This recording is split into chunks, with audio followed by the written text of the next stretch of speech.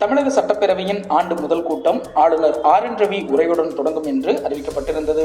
அதன்படி தமிழக சட்டப்பேரவையின் இந்த ஆண்டுக்கான முதல் கூட்டம் திங்கட்கிழமை காலை 9:30 மணிக்கு தொடங்கியது.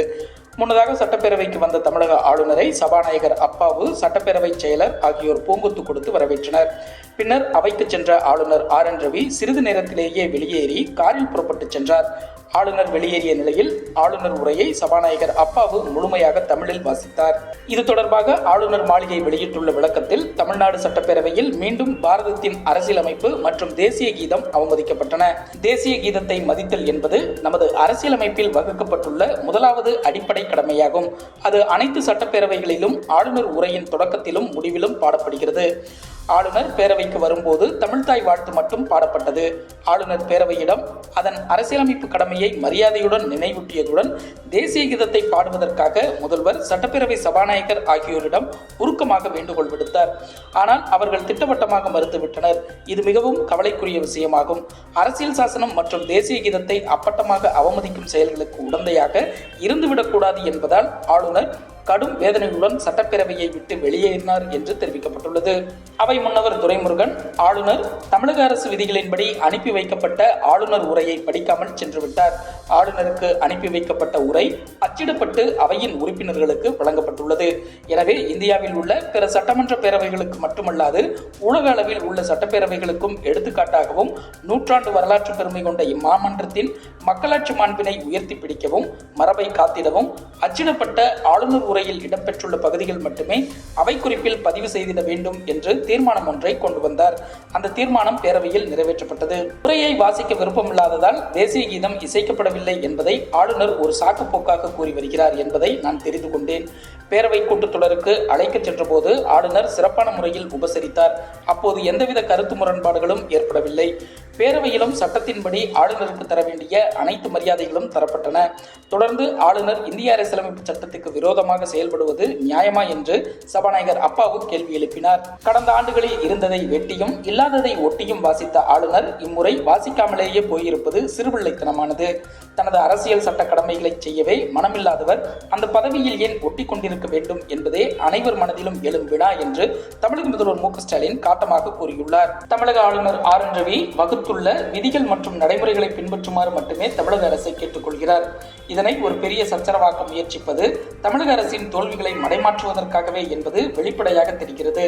ஆளுநர் உரை தொடங்கும் முன்னரும் நிறைவு பெற்றதும் தமிழ்தாய் வாழ்த்து மற்றும் தேசிய கீதத்தை வாசிப்பதை நடைமுறைப்படுத்த வேண்டும் என்பதே தமிழ்நாடு பாஜகவின் நிலைப்பாடு என்று தமிழக பாஜக தலைவர் அண்ணாமலை கூறியுள்ளார். தமிழகத்தையும் தமிழ்தாய் வாழ்த்தையும் தொடர்ந்து அவமானப்படுத்தும் ஆளுநரை கண்டித்தும் மத்திய அரசின் ஏஜெண்டாக தமிழகத்தின் உரிமைகளில் அத்துமீறல்களை செய்யும் ஆளுநரை காப்பாற்றிடவும், மத்திய அரசின் மீதுள்ள தமிழக மக்களின் கோபத்தை திசை மாற்றவும் வித்தைகளை செய்யும் அதிமுக பாஜக கள்ளக்கூட்டணியை கண்டித்தும் திமுக சார்பில் செவ்வாய்க்கிழமை காலை 10 மணி அளவில் மாவட்ட தலைநகரங்களில் கண்டன ஆர்ப்பாட்டம் நடைபெறும் என்று அக்கட்சியின் அமைப்பு செயலாளர் ஆர்.எஸ். பாரதி கூறியுள்ளார்.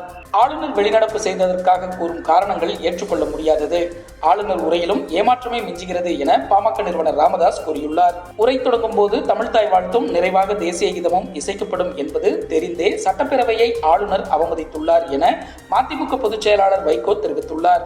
அரசியலமைப்பு அதிகாரம் வழங்கியுள்ள சட்டப்பூர்வ கடமை பொறுப்புகளை நிறைவேற்ற தவறியுள்ள ஆளுநர் தமிழகத்தில் நிலவி வரும் அமைதி நிலையை சீர்குலைத்து அரசியல் ஆதாயம் தேடும் செயலில் தொடர்ந்து ஈடுபட்டு வருகிறார் என்று இந்திய கம்யூனிஸ்ட் கட்சியின் மாநில செயலாளர் முத்தரசன் தெரிவித்துள்ளார். தமிழ்நாட்டின் மரபுகளையும் தமிழக மக்களின் உணர்வுகளையும் ஆளுநர் புரிந்து கொள்ள வேண்டும் என்று பாமக தலைவர் அன்புமணி கூறியுள்ளார். பொன்விழா கண்ட தமிழக சட்டமன்றத்தின் மரபு எந்நாளும் காக்கப்பட வேண்டும். மத்திய அரசால் நியமிக்கப்படும் ஆளுநர் யாராக இருந்தாலும் தமிழக சட்டமன்ற மரபை காக்கும் நடவடிக்கைகளை பின்பற்றியே ஆக வேண்டும் என்று தவிக தலைவர் விஜய் கூறியுள்ளார். ஆளுநருடன் முரண்பட்டு அரசியல் சட்டத்துக்கு விரோதமாக செயல்படும் போக்கை முதல்வர் மு.க.ஸ்டாலின் கைவிட வேண்டும் என்று மத்திய இணையமைச்சரும் பாஜக மூத்த தலைவருமான எல். முருகன் வலியுறுத்தியுள்ளார். அண்ணா பல்கலைக்கழக மாணவி பாலியல் வன்கொடுமை சம்பவத்தை முன்வைத்தும் போராட்டங்களுக்கு அரசு அனுமதி மறுத்து கைது செய்யப்படுவதை கண்டித்தும் பாமகவினர் சட்டப்பேரவையிலிருந்து வெளியேறினர். இதேபோல் அண்ணா பல்கலைக்கழக மாணவி பாலியல் வன்கொடுமை விவகாரத்தை கண்டித்தும் வழக்கை சிபிஐ விசாரணைக்கு மாற்ற வேண்டும் என்பதை வலியுறுத்தியும் பாஜக எம்எல்ஏக்களும் சட்டப்பேரவையிலிருந்து வெளிநடப்பு செய்தனர். அண்ணா பல்கலைக்கழக துயர சம்பவத்துக்கு காரணம் பல பல்கலைக்கழகங்களில் துணைவேந்தர்கள் இல்லை என்பதே ஆகும். எதற்கு துணைவேந்தர்களை நியமிக்க ஆளுநர் மறுக்கிறார்? இவ்வாறு அவர் எடுக்கும் ஒவ்வொரு செயலும் தமிழக மக்களுக்கு எதிராக இருக்கிறது. தமிழக கலாச்சாரத்துக்கு எதிராக பேசி வருகிறார்.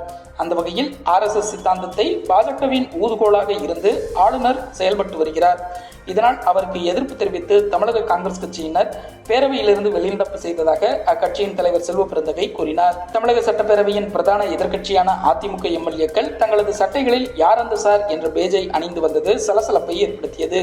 இதையடுத்து அவர்கள் பேரவையிலிருந்து வெளியேற்றப்பட்டனர். பேரவைக்கு வெளியே சட்டமன்ற எதிர்க்கட்சித் தலைவர் பழனிசாமி தலைமையில் அதிமுக எம்எல்ஏக்கள் தமிழக அரசை கண்டித்து கண்டன முழக்கங்களை எழுப்பினர். பின்னர் செய்தியாளர்களிடம் பேசிய எடப்பாடி பழனிசாமி, யார் அந்த சார் என கேள்வி எழுப்பினால் ஏன் இந்த அரசு பதற்றம் அடைகிறது? இந்த விவகாரத்தில் மாறி மாறி அமைச்சர்கள் அறிக்கை வெளியிட்டுக் கொண்டுள்ளனர். யார் அந்த சார் என்று கேட்டால் இவர்களுக்கு ஏன் இவ்வளவு கோபம் வருகிறது? பாலியல் வன்கொடுமை வழக்கில் சம்பந்தப்பட்டவர்களை சட்டத்தின் முன் நிறுத்தி அவர்களுக்கு உரிய தண்டனையை பெற்றுத்தர வேண்டியதுதான் அரசின் கடமையாக இருக்க வேண்டும். ஆனால் இந்த விவகாரத்தில் யாரையோ காப்பாற்ற இந்த அரசு முயற்சிக்கிறது என்று அவர் கூறினார்.